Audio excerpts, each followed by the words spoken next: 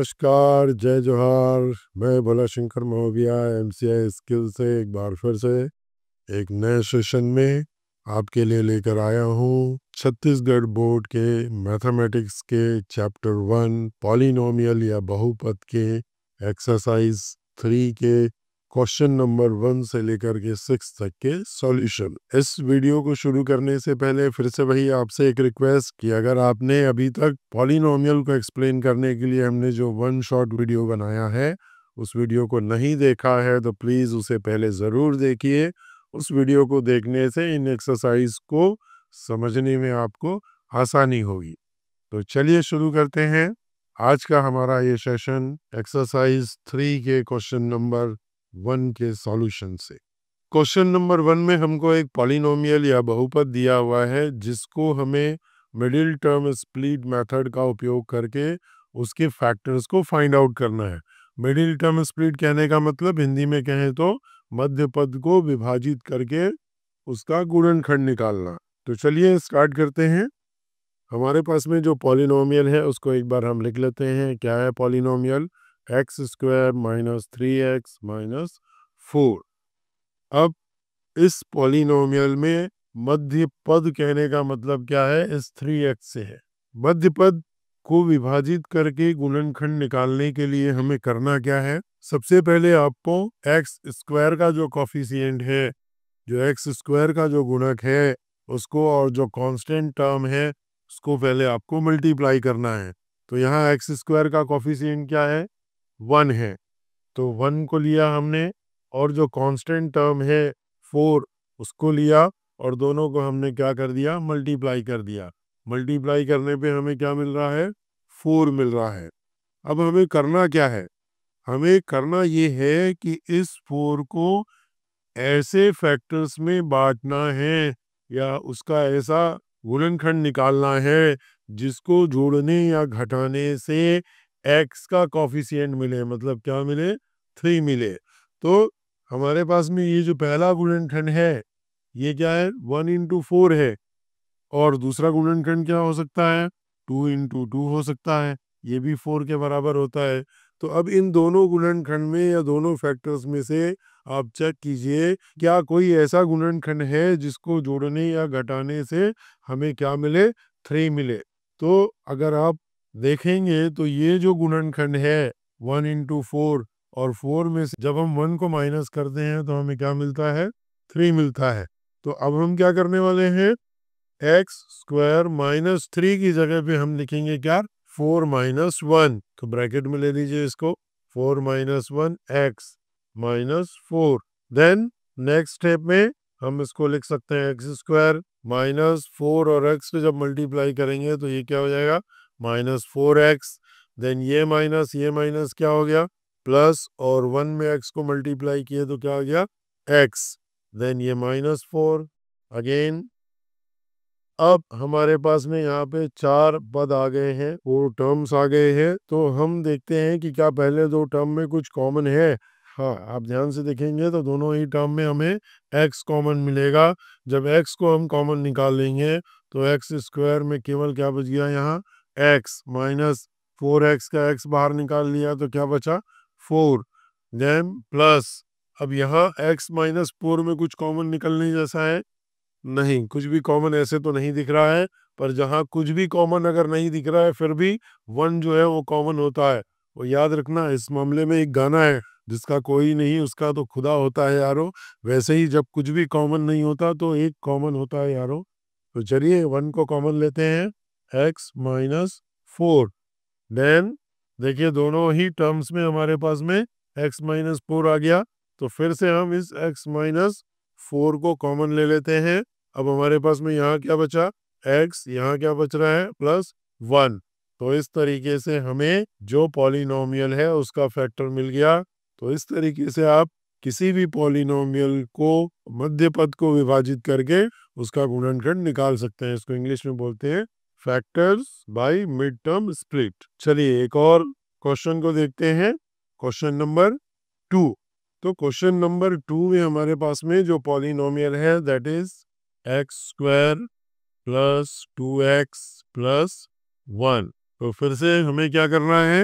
X square का coefficient लेना है। एक्स स्क्वायर का कॉफिशिएंट कुछ भी नहीं है तो फिर भी क्या होता है, जब कुछ नहीं होता तो 1 होता है।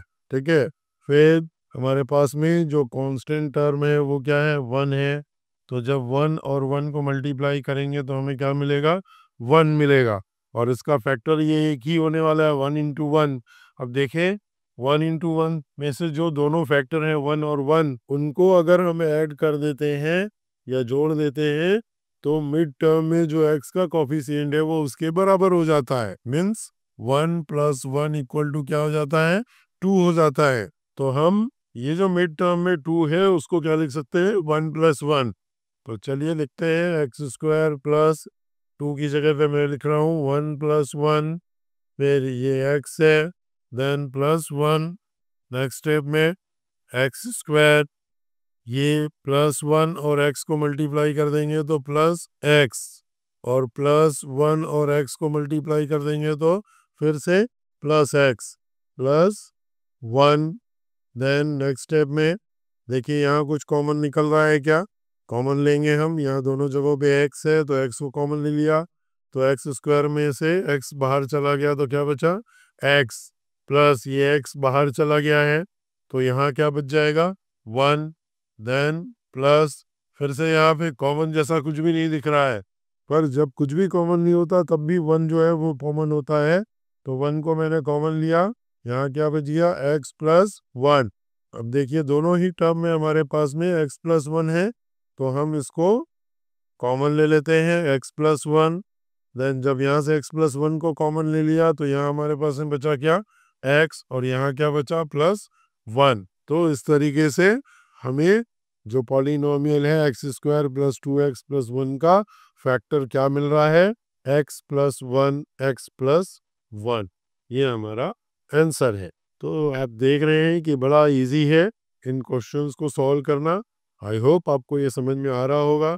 तो यार अगर आपको समझ में आ रहा है तो प्लीज़ इस वीडियो को लाइक कर दीजिए, अपने फ्रेंड्स को शेयर कर दीजिए और चैनल को सब्सक्राइब कर दीजिए। बढ़ते हैं नेक्स्ट क्वेश्चन की तरफ। क्वेश्चन नंबर 3, यहाँ पर जो हमारे पास में पॉलिनोमियल है वो है क्या, x square plus x minus 12। तो चलिए देखते हैं इसको कैसे हम मिड टर्म स्पीड के द्वारा इनके फैक्टर्स को निकाल सकते हैं। फिर से पहले तो हमें एक्स स्क्वायर का कॉफिशिएंट लेना है, क्या है, 1। देन कांस्टेंट टर्म को लेना है, वो क्या है, 12। चलो इन दोनों को मल्टीप्लाई करिए, क्या आ गया, 12। अब 12 के सारे फैक्टर्स को लिख लो। पहला तो फैक्टर यही हो गया 1 इंटू 12, फैक्टर मीन्स गुणनखट। देन दूसरा फैक्टर क्या होगा, 6 इंटू 2, 6 दूनी 12 होता है। देन 4 इंटू 3, 4 3 12 होता है। और इस तरीके से हमने इसके जितने भी पॉसिबल फैक्टर्स है उनको लिख लिया। अब इन फैक्टर्स में से कोई एक ऐसा फैक्टर चूज करना है जिसको जोड़ने या घटाने मीन्स ऐड करने या सब्ट्रैक्ट करने से हमें मिड टर्म में जो एक्स का कॉफिशिएंट है वो मिले। इस पॉलिनोमियल में मिड टर्म एक्स का कॉफिशिएंट क्या है, 1 है। मीन्स हमें ऐसा फैक्टर चाहिए 12 का जिनको घटाने या जोड़ने से, सब्ट्रैक्ट या ऐड करने से क्या मिले, 1 मिले। तो आप ध्यान से देखेंगे तो ये जब 4 में से हम 3 को सब्ट्रैक्ट करेंगे तो हमें क्या मिलेगा, 1 मिलेगा।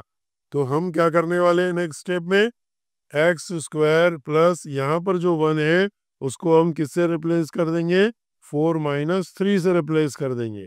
देन ये जो x है वो x को लिख रहे हैं माइनस 12। नेक्स्ट स्टेप में एक्स स्क्वायर प्लस 4 और x को मल्टीप्लाई करेंगे तो क्या आ जाएगा, plus 4x। Then plus minus क्या हो गया, माइनस 3 और x को मल्टीप्लाई किए तो 3x माइनस क्या हो गया, 12। फिर नेक्स्ट स्टेप जो होता है उसमें हमें कॉमन लेना होता है। तो पहले तो जो दो टर्म है उसमें हमारे पास में x कॉमन है तो हमने x को ले लिया। जब एक्स स्क्वायर में से x कॉमन ले लिया तो बचा क्या, x। देन प्लस यहाँ से x बाहर चला गया है, बचा क्या है, 4। देन यहाँ देखिए दोनों जगहों पे माइनस है तो माइनस को आप कॉमन ले लीजिए, और 3 भी कॉमन है तो यहाँ क्या बचा, x। अब ये माइनस को मैंने कॉमन ले लिया है तो ये माइनस जो है वो प्लस में कन्वर्ट हो जाएगा। और यहाँ से मैं 3 बाहर ले चुका हूँ तो मेरे पास में क्या बच गया यहाँ पे, 4। क्यों, क्योंकि 3 इंटू 4 करेंगे तो क्या आएगा, 12 आएगा। तो वहां पर बच रहा है क्या, 4। अब इन दोनों ही टर्म में x प्लस 4 जो है वो कॉमन है, तो मैंने उसको बाहर ले लिया x प्लस 4 को। अब यहाँ से x प्लस 4 बाहर निकला तो x बचा, यहाँ से x प्लस 4 बाहर निकला तो -3 बचा। तो इस तरीके से आपको जो पॉलिनोमियल है x square plus x minus 12 के दो फैक्टर्स x प्लस 4 और x माइनस 3 मिल गए। ये हमारा आंसर है। तो बड़ा इजी है यार, आप लोग इजीली इसको बना सकते हैं। तो अगर ये आपको समझ में आ रहा है और ऐसा लगता है कि अब आप बना सकते हैं, तो थोड़ी देर के लिए इस वीडियो को पॉज कीजिए और ये जो क्वेश्चन नंबर 4 है उसको बनाने की कोशिश करिए। अरे ट्राई तो करके देखो, नहीं बना तो हम तो बैठे हैं, है ना। तो प्लीज़ थोड़ी देर के लिए वीडियो को पॉज कीजिए और इस क्वेश्चन को सॉल्व कीजिए। क्या हुआ, बना? चलो, अगर बन गया तो आपको ढेर सारी बधाइयाँ, आपसे क्वेश्चन बनने लगे हैं। अगर नहीं बन रहा है तो आप किस स्टेप पे जाके अटक जा रहे हो, कमेंट करके ज़रूर बताना। तो चलिए देखते हैं कैसे बनेगा ये। हमारे पास में जो पॉलिनोमियल है that is x square minus 8x plus 15। फिर से वही पहला स्टेप क्या होता है, एक्स स्क्वायर का कॉफिशिएंट लो, क्या है 1। कांस्टेंट टर्म लो, क्या है 15। दोनों को मल्टीप्लाई करो, क्या आ गया 15। 15 बन 15। अब 15 को आपको फैक्टर्स में तोड़ने हैं, तो क्या होता है 15 का फैक्टर 3 इंटू 5 भी 15 होता है। दो ही फैक्टर हो सकते हैं, तो 1 इंटू 15 एंड 3 इंटू 5। अब इन दोनों फैक्टर्स में से कोई एक ऐसा फैक्टर चूज करना है जिनको ऐड या सब्ट्रैक्ट करने से हमें क्या मिले, x का कोफिशिएंट 8 मिले। तो देखिए ये 3 और 5 को जब हम जोड़ देंगे, 3 प्लस 5 कर देंगे तो क्या मिलेगा, 8 मिलेगा।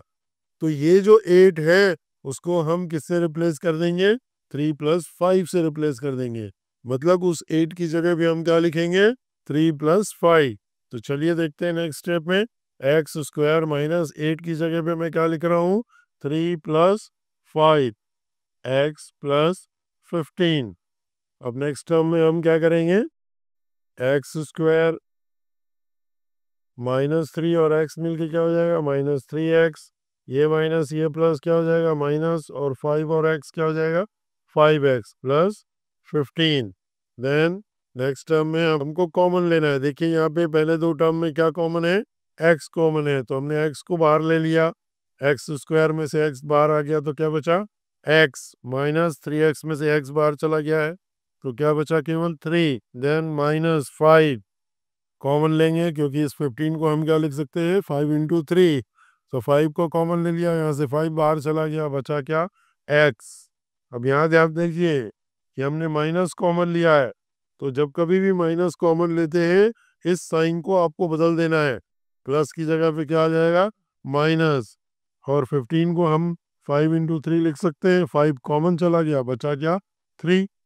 देन नेक्स्ट स्टेप में यहाँ पर भी x माइनस 3 है, यहाँ पे भी x माइनस 3 है, तो इस x माइनस 3 को हमने कॉमन ले लिया। तो फर्स्ट टर्म में हमारे पास में क्या बच रहा है x, और सेकंड टर्म में क्या बच रहा है -5। ये हमारा फैक्टर है दिए हुए पॉलिनोमियल का, और यही हमारा आंसर है। Means x square minus 8x plus 15 का जो फैक्टर है या गुणनखंड है वो क्या मिल रहा है, x minus 3 into x minus 5। चलिए अब देखते हैं क्वेश्चन नंबर 5 को। क्वेश्चन नंबर 5 में हमारे पास में जो पॉलिनोमियल है वो है टी स्क्वायर -4t माइनस 21। तो पहला स्टेप हमारा क्या होता है, टी स्क्वायर के कोफिशिएंट को लिखते हैं। टी स्क्वायर का कोफिशिएंट क्या है 1, और कांस्टेंट टर्म हमारे पास में क्या है 21। इन दोनों को मल्टीप्लाई कीजिए, क्या आएगा 21। अब 21 के वेरियस फैक्टर्स जो है उसको लिखना है, तो 21 का क्या फैक्टर होता है 3 इंटू 7 इक्वल टू 21। 3 7 का क्या होता है 21, और एक क्या होगा 1 इंटू 21। अब इन दोनों फैक्टर्स में से एक ऐसा पेयर हमको चूज करना है जिसको ऐड या सब्ट्रैक्ट करने से हमें क्या मिले, टी का जो कॉफिशिएंट है वो मिले, मीन्स 4 मिले। तो देखिए 7 में से जब हम 3 को सब्ट्रैक्ट करते हैं तो हमें क्या मिलता है 4 मिलता है। तो इस 4 की जगह पे हम क्या लिखेंगे 7 माइनस 3। तो चलिए लिखते हैं टी स्क्वायर माइनस 4 की जगह पे क्या लिख रहे हैं 7 minus 3 T minus 21। Next step में ये हो गया टी स्क्वायर माइनस 7 और टी मिलके क्या हो जाएगा माइनस 7 टी। देन ये माइनस और ये माइनस का जब मल्टीप्लिकेशन होगा तो प्लस हो जाएगा। फिर 3 और टी को मल्टीप्लाई करेंगे तो 3t हो जाएगा माइनस 21। चलिए नेक्स्ट स्टेप में हमें कॉमन लेना है। यहाँ हमारे पास में कॉमन क्या है t है। तो टी स्क्वायर में से t बाहर चला गया तो क्या बचा t माइनस 7। टी में से t बाहर चला गया क्या बचा 7। देन यहाँ पर हमारे पास में कॉमन क्या है 3। क्यों क्योंकि हम यहाँ तो 3 दिख रहा है सीधे सीधे। और इस 21 को हम क्या लिख सकते हैं 7 इंटू 3। तो उस 3 को हम बाहर ले लेते हैं। तो यहाँ बचा t माइनस यहाँ क्या बच गया 7। देन नेक्स्ट स्टेप में देखिए दोनों टर्म में t माइनस 7 हमारे पास कॉमन है। तो उस t माइनस 7 को हमने कॉमन ले लिया। ब्रैकेट में हमारे पास में यहाँ क्या बच रहा है t प्लस यहाँ क्या बचा 3। तो ये हमारे क्वेश्चन का आंसर है।